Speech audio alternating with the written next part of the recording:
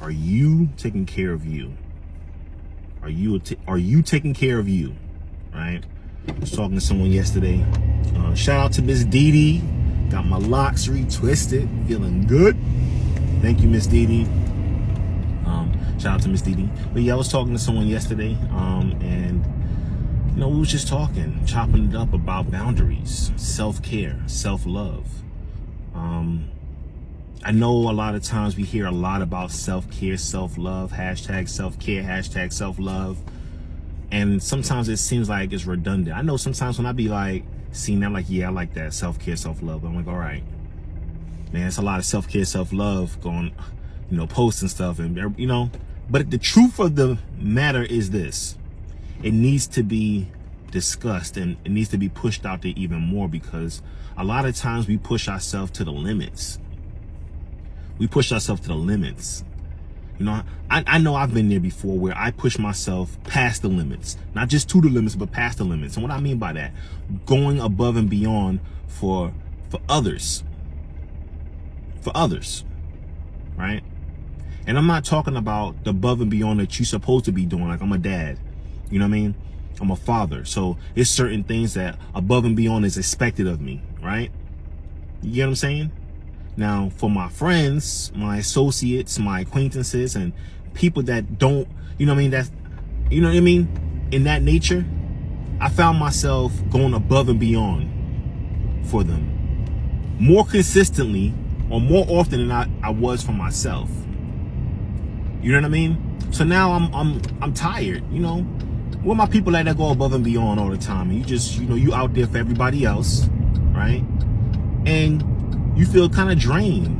It's not like you looking for something back in return, like you doing this for clout, you doing this for props. Nah, you do it because you really want to be helping people, but you just don't know how to say no at times. And then people know that you don't know how to say no, so they take advantage of you always saying yes, right? Been there, been there. You taking care of you. So do you go above and beyond for you, and how often do you do it for you? How often you going above and beyond for yourself? And sometimes we feel like, this, if I don't do it, that person ain't gonna have nobody else to do it for them. So I was talking to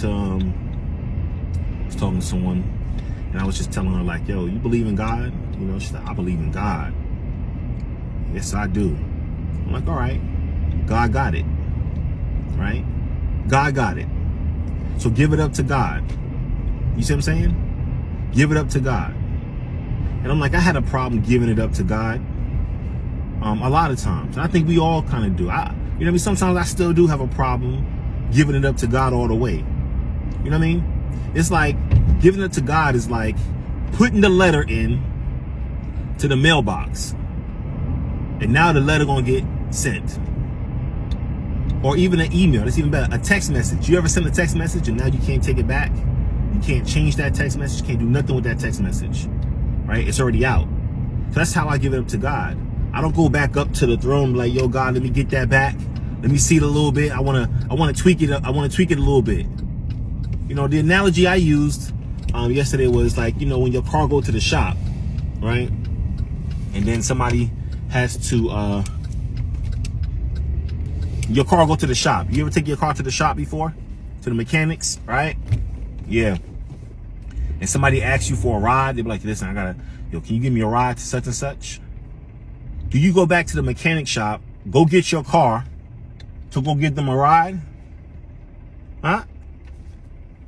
Nah. That's craziness, right? But sometimes we do that when we give up things to God, right? We give it up, and then we go back and try to take it and do something with it to help somebody else. You see what I'm saying? Or to help out, or to help God. I get what I'm saying? So, give it to God. Give it to God.